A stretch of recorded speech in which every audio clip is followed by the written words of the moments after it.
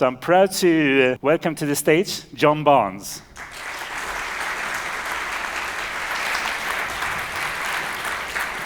Hej, jag heter Jon, and that's about it. Tack. Yesterday I was feeling, so I do this quite a lot, but yesterday I was feeling really anxious. So I was trying to understand, why do I feel so anxious? And it was because I thought, well, am I more serendipitous than anyone here? I'm not sure. So then I tried to think about that, and I came to the conclusion, the reason I care about talking about this so much is because I think I've experienced a moment in my life where serendipity had gone totally. So a couple of years ago, I got really sick. I had a really bad depression and started to find life incredibly tough. And it's natural that in those moments, serendipity seemed to not show up quite as much anymore. My solution to that was to go walking a lot, like for days. So I went to El Camino in northern Spain, which I recommend to anyone. It was totally beautiful. I spent a lot of time in silence meditating, specifically 10 days in silence meditating. And I tried a load of things to try and get my mojo back, basically. I felt like my mojo had left me. So I did a lot of walking, a lot of thinking, and I spent a lot of time with my really good friend Jim, who took this picture. So Jim and I are best pals. We share a load in common, traveling being one of them, but we're also business partners.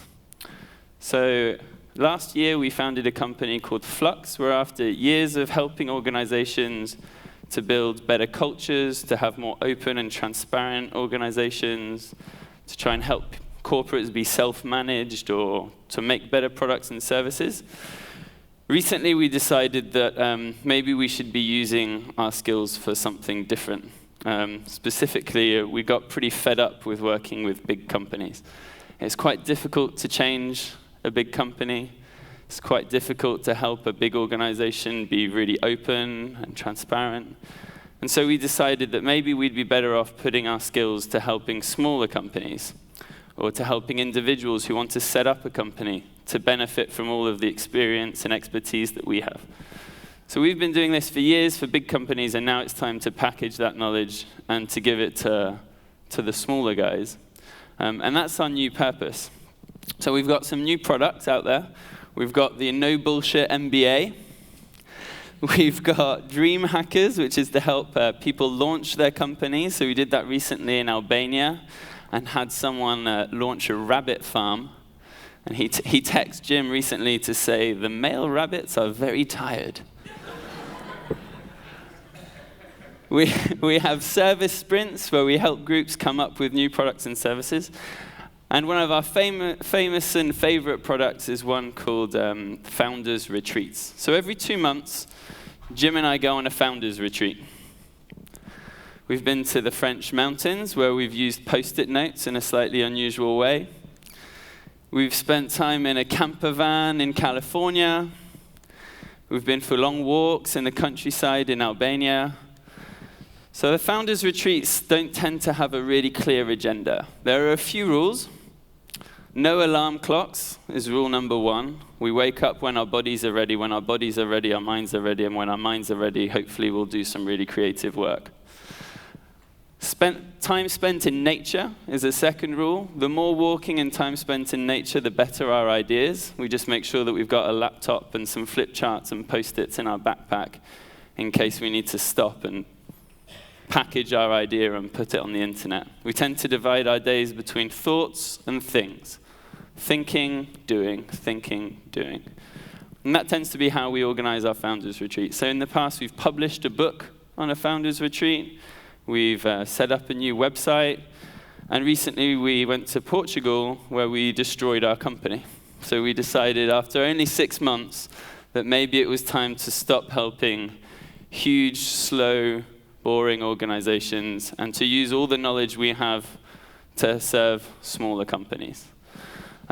So a lot happens on these Founders Retreats, but they're not done in the typical scenario. We're not doing it in an office behind a desk or sat with post-it notes and a flip chart for days on end. We try and do it in a different way. And the reason is because we think there's a new way of doing business. And core to that new way of doing business is having serendipity as a part of your strategy. So if you think of the idea that we'd spend 9 to 5 days in offices and that would be the biggest use of your creative abilities, there's plenty of science to say that that's not the case. Or if you think that companies have 5-year plans, despite the fact that we don't know what's going to happen to the world in 1 year, let alone in 5 years. So we think there's new ways of working for commercial reasons that make a lot more sense, but also for our own reasons, for human reasons that make a lot more sense. And that's what we're trying to focus on. So I said serendipity is a strategy, which is often confused with luck. I think the difference between luck and serendipity is that luck is a given. Luck is this slightly arrogant cousin of serendipity.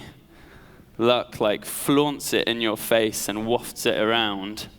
Luck is the fact that I was born with a lovely family, and I'm white and middle class and well-educated and straight, and I've never been discriminated against in any way. That's luck. I have no pride in saying that I'm lucky. Serendipity, however, I think is something I can design.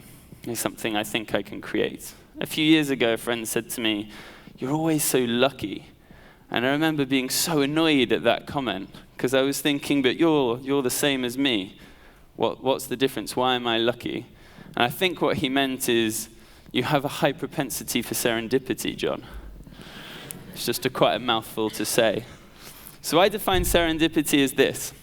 It's the positive outcome resulting from the fostering of unexpected connections. So it has to have a positive outcome, and it comes from connections. Now, those connections can be plenty of things. It can be connections of neurons when I'm on a walk, and suddenly these two ideas that seem totally unrelated merge or clash or come together and help me to do something that I'd have never done before. Or it could be the connection between people, that moment where you meet a stranger and it just seems you have so much in common, or you learn something really amazing from them. Those are, I think, moments of connections that create serendipity. And what I think is key to have is to nurture the environment within which those connections can happen. And specifically, I think, big, boring businesses are places where serendipity can't occur. Yet I think any entrepreneur or leader would say that at points they got a bit lucky. At points in their careers, something good just seemed to happen. And so I think if we want to have success, whatever that means to you, whether it's financial or gaining meaning in life, I think we need to foster environments where these connections can happen easily. We need to leave a little bit of room for them. And the key to that, I think, if I had to share one thing that I think is key to how we work and how I'd like to advocate working, is to create time. So if you think of the idea, so here's an example. Recently I did a workshop with some clients, and they left really inspired. At the end of the day, they had ideas and strategies, and they're like buzzing from this. And I'm like, great, let's stop. And I want everyone to just put 1 hour in their calendar next week so that you can really go and act upon these ideas and make them happen. And I just hear silence. We don't have an hour next week. Oh, cool. The week after then. Booked up. So you're saying to me for 2 weeks, there's literally not a spot in your calendar. So if there's not a spot in your calendar, there's no room for randomness. It means everything's planned. There's no room for a new person to come in and gift you with their knowledge or a different cultural perspective or anything like that. There's no room for you to go and get your own space and think, or read a book, or find something new that will connect these new ideas that you'd have. So without time, it's not possible to have serendipity. So if you're in that position, if I had one tip to give to you today, if you're in that position, I would stop, I'd breathe, and I'd delete something in your calendar, because you're doing too much. I think serendipity is about ease and energy, and it can't come when it's forced and planned and structured all the time. And this is a mistake, I think, is symptomatic of the 21st century. It's almost a thing we brag about. How are you doing? Oh, I'm so busy. So busy. It's almost like a status symbol. I should have a badge saying I'm so busy, which is where business comes from, right? Busyness. Which is why we try to talk about companies being places where I have companionship, which is far more likely to encourage serendipity than busyness. So this, just to give you an example, this is Jim's calendar. You'll notice that it's reasonably white as far as calendars go. So I think time is the most fundamental thing, and that's why if serendipity is the quality of connections that we experience times the quantity of connections we experience, I think times needs to be like power of 2 in our algorithm, in our source code for serendipity. So if you don't have time, I don't think you can get lucky. And that's something that we need to fight against our current systems or create space as much as we can. The second thing is what in leadership models you'll hear about being an authentic leader. I like to say getting real, because the opposite of getting real is being fake. And no one wants to be fake. So if serendipity is about connections, I also want to attract the right kind of connections into my life, into my business, new collaborators. What I definitely don't want is to start encouraging the wrong connections. And a boss of mine put this really, really well. He said, when you go and apply for a job, there are 4 possible scenarios. The first one is you got the job, but you weren't yourself. Wrong job. The second one is you didn't get the job, and you weren't yourself.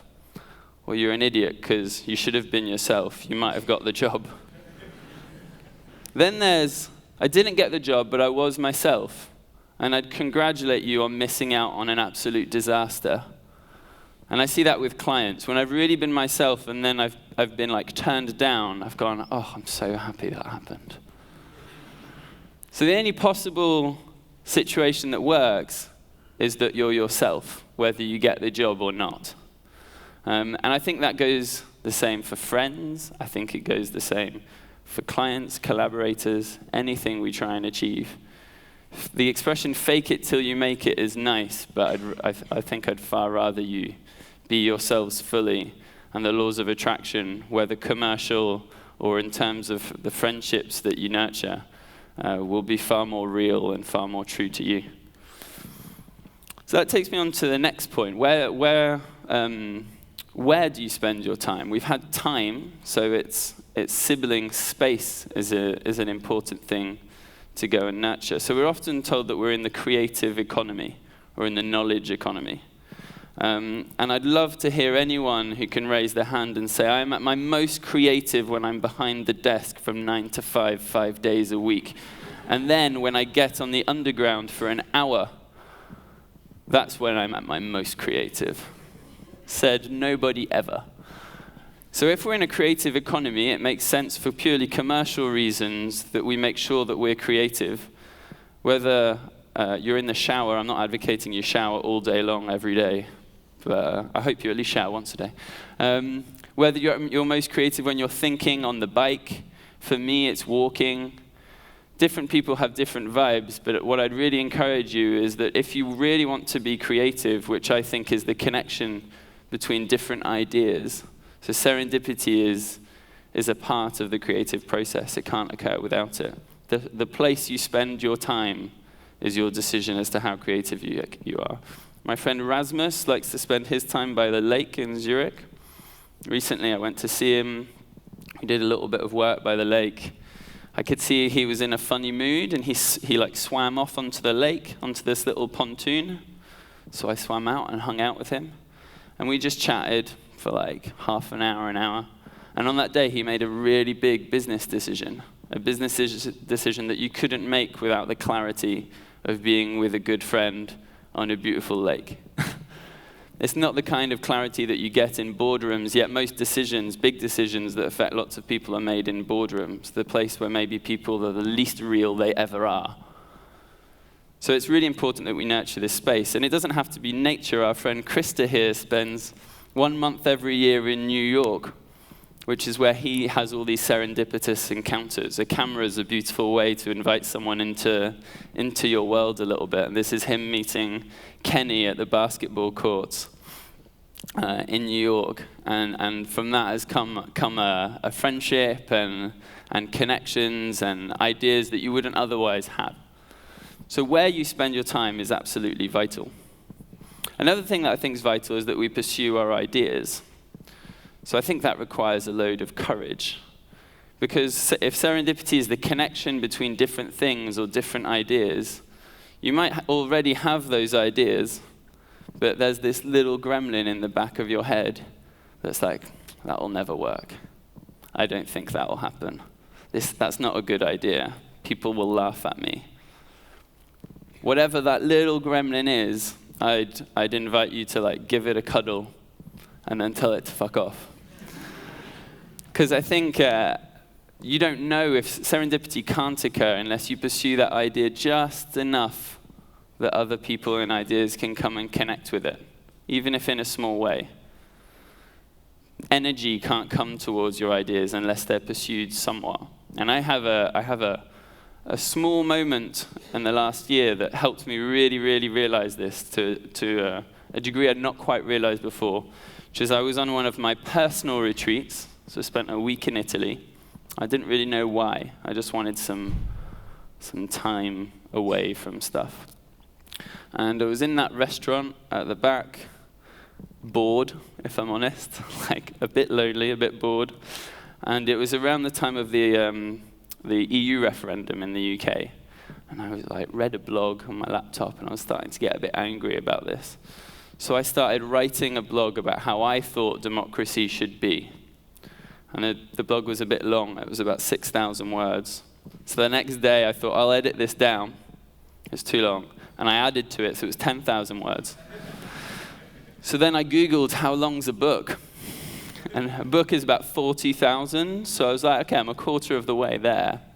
That's not bad. I'll ask a few friends if I should pursue this idea. And I chose people who were smart enough to criticize my idea, but kind enough to be nice to me.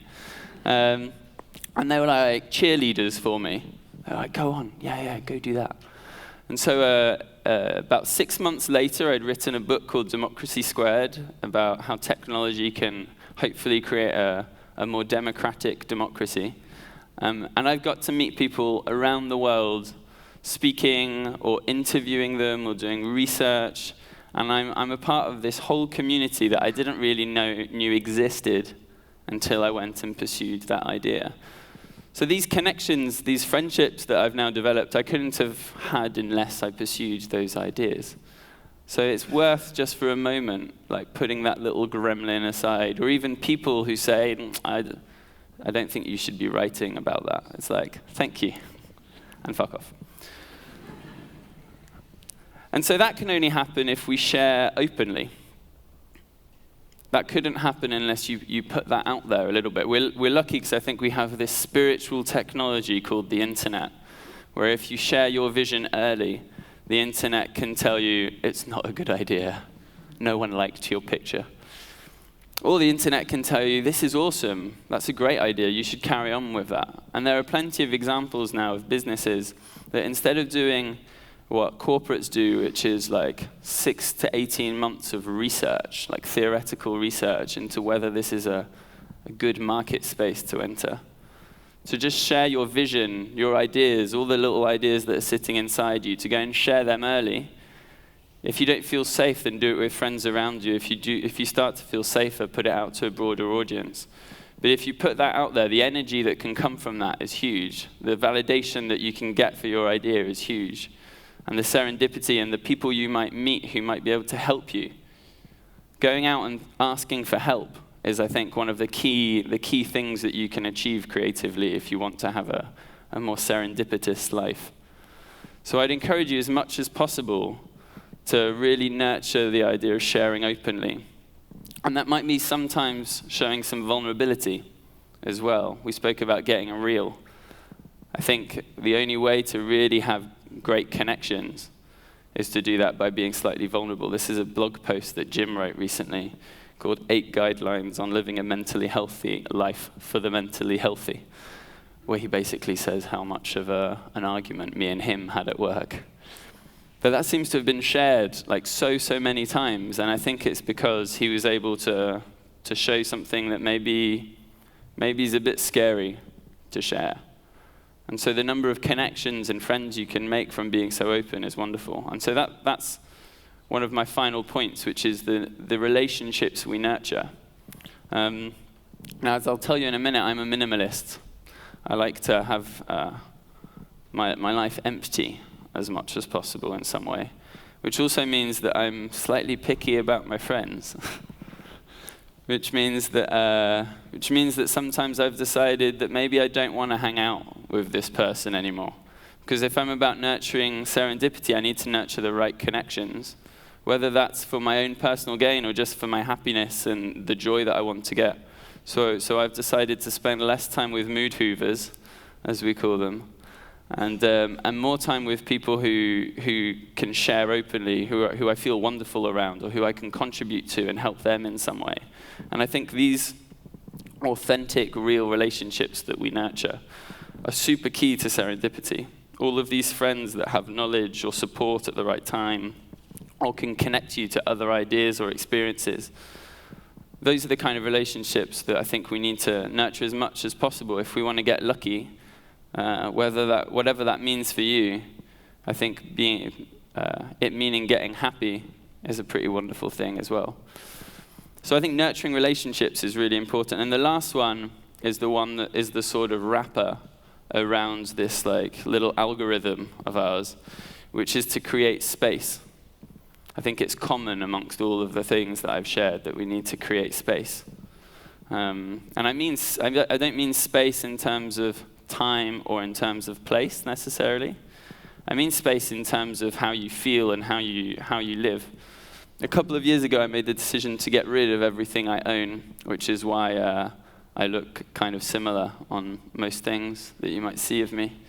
It's mainly because I only own this jumper. But it's just, I can't explain the amount of space and time and energy, mental space that it's given me.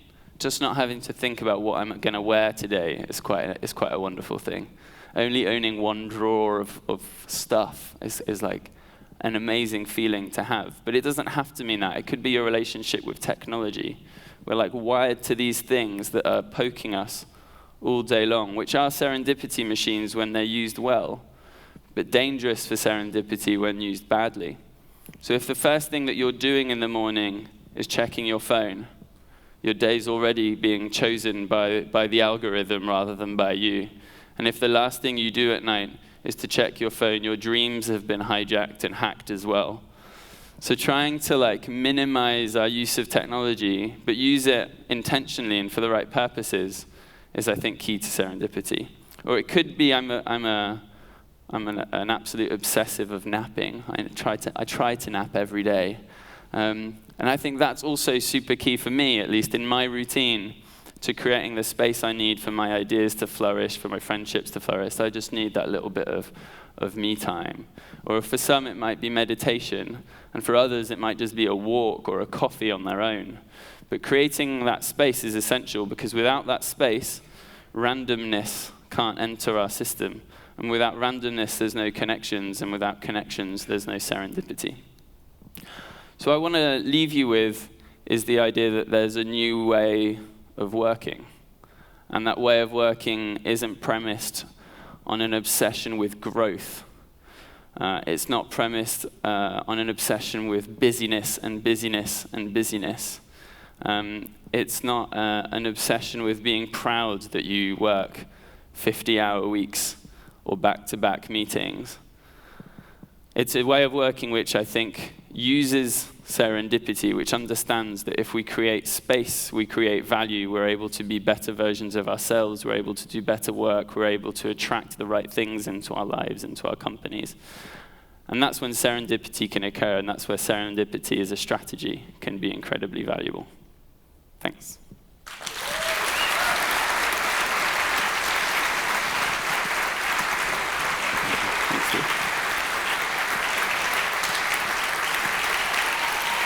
Jon.